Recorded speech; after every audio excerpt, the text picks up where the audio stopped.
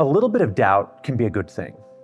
Doubt can save us from bad decisions, but doubt can also get us into trouble. The thing is, doubt has become somewhat of a fashion statement in contemporary Christian culture. It can sometimes feel like the more skeptical a person is, the more authentic they are, the more holy they are. But I want to encourage us to just slow down a little bit. You see, doubt for doubt's sake is not the pathway to the authentic Christian life. When we flaunt our doubt, we're not showing people authenticity so much as we're showing people that what we believe might not be worth believing. Sure, doubt has an important place in the overall knowledge acquisition project, but let's not get too excited about our spiritual reticence. See, people are looking at Christians and wondering if we have something to offer, something true, something good, something beautiful that answers their deepest longings. So I want to walk you through what I'll call the 7 deadly doubts, okay? These are doubts that may not ultimately serve us well. So the first kind of doubt that I think gets us into trouble is doubt from an inadequate view of God. See, when we lack a full-orbed view of God, or when we cling to an incomplete view of God, we can easily begin to misrepresent Him in our minds. An incomplete and inadequate God is a God who is bound to eventually disappoint us. For example, when we reduce God down to one attribute, like love, we may find ourselves getting frustrated when we are suddenly introduced to God's holiness or God's judgment, because those things don't seem compatible with God's love. See, when we make God too small, we don't easily welcome an enlarged view of God. If we limit ourselves to picking out our favorite thing about God or our least favorite thing about God, and then building an entire theology around that one thing, I can guarantee we're eventually going to be repulsed by that limited vision of God. We're going to end up doubting Him. So before we doubt God, let's make sure we understand exactly who it is we're actually doubting, okay? We might need to broaden our perspective before we go into total skeptic mode. Now, moving on. The second form of doubt that gets us into trouble is what Os Guinness calls doubt from a weak intellectual foundation. So Christians are called to have the faith of a child, but not the mind of a child. Like a father caring for his young child, God invites us to take hold of His hand in trust as He leads us up the dark, colliginous path of life. But God doesn't tell us to abandon our rational faculties and wallow in stupidity, okay? The only reason we should consider Christianity as a viable worldview is because it claims to be true. If it's not true, we shouldn't waste our time with it. If it is true, we should engage with it wholeheartedly and whole-mindedly. Now, the third deadly doubt, I'm going to call this one doubt from apathy. Doubts from apathy can show up when we lack passion and zeal for Christ, or simply when we give our passion and zeal to the wrong kinds of things. Apathy creates empty space, and doubt is going to fill that empty space. Now, I have heard far too many people tell me, I'm not feeling close to Jesus right now, so I'm just going to take a break from Him for a while. Now, that's like saying, I'm struggling to pay the bills each month, so I'm just going to stop working.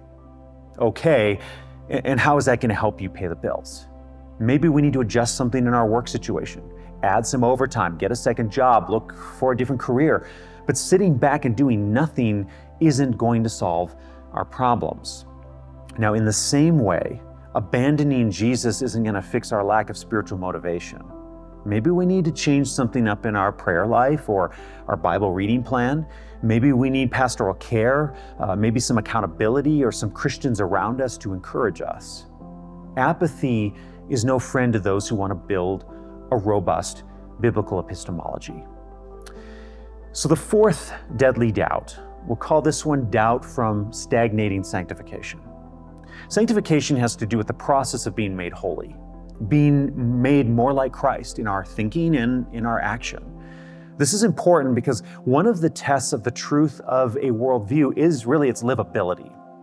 We want to know, can I draw meaning from this worldview? Does it provide a viable framework for living a meaningful life of flourishing? When we're struggling with sin, We will have opportunities to either lean into the grace of God and grow through those challenges, or succumb to anger at God, frustration with our situation. And that anger and that frustration can lead to stagnation. Now, when we stop growing, our tendency can be to question the method or even the source of the method. So think of it this way. Imagine we want to get into shape, and so we hire a personal trainer to help us on that journey. Things may be going well at first and we're seeing improvement until suddenly we get injured. Say we twist an ankle or something like that. Now, when that happens, we can either accept the setback and look for new ways to train, or we can blame the trainer and just blame him for our injury and give up on our goals. We doubt the process and the source of the process.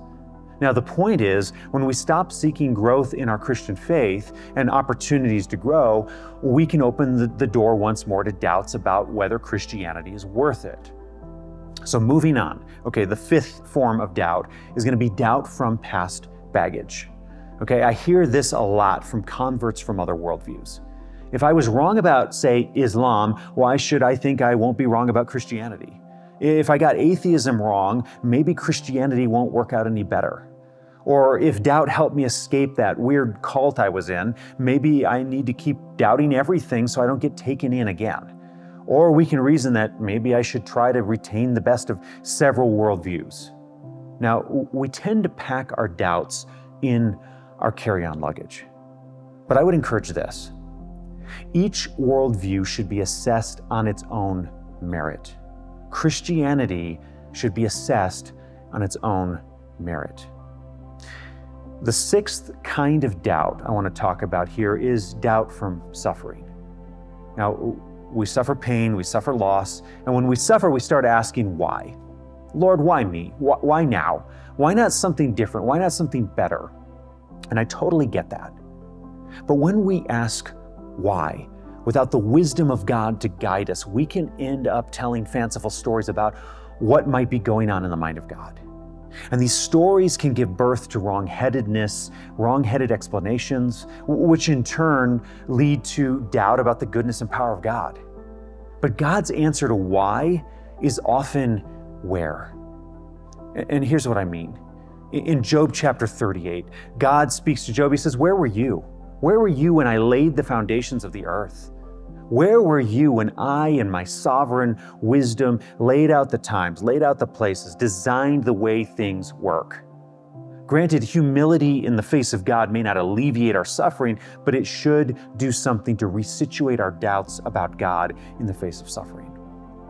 Now, finally, let me point you to doubt from impatience. This is the last one. I'll be honest that I want things now. You want things now. Instant gratification is a real problem. When we pray, we want God to give us an undeniably clear answer in a neat package.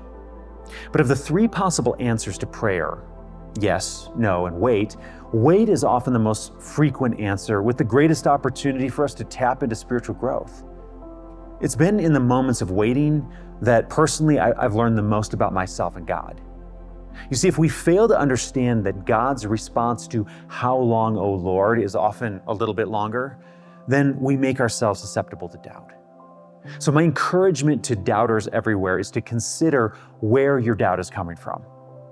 If we can correctly identify and situate our doubt, we may have a better experience in managing that doubt.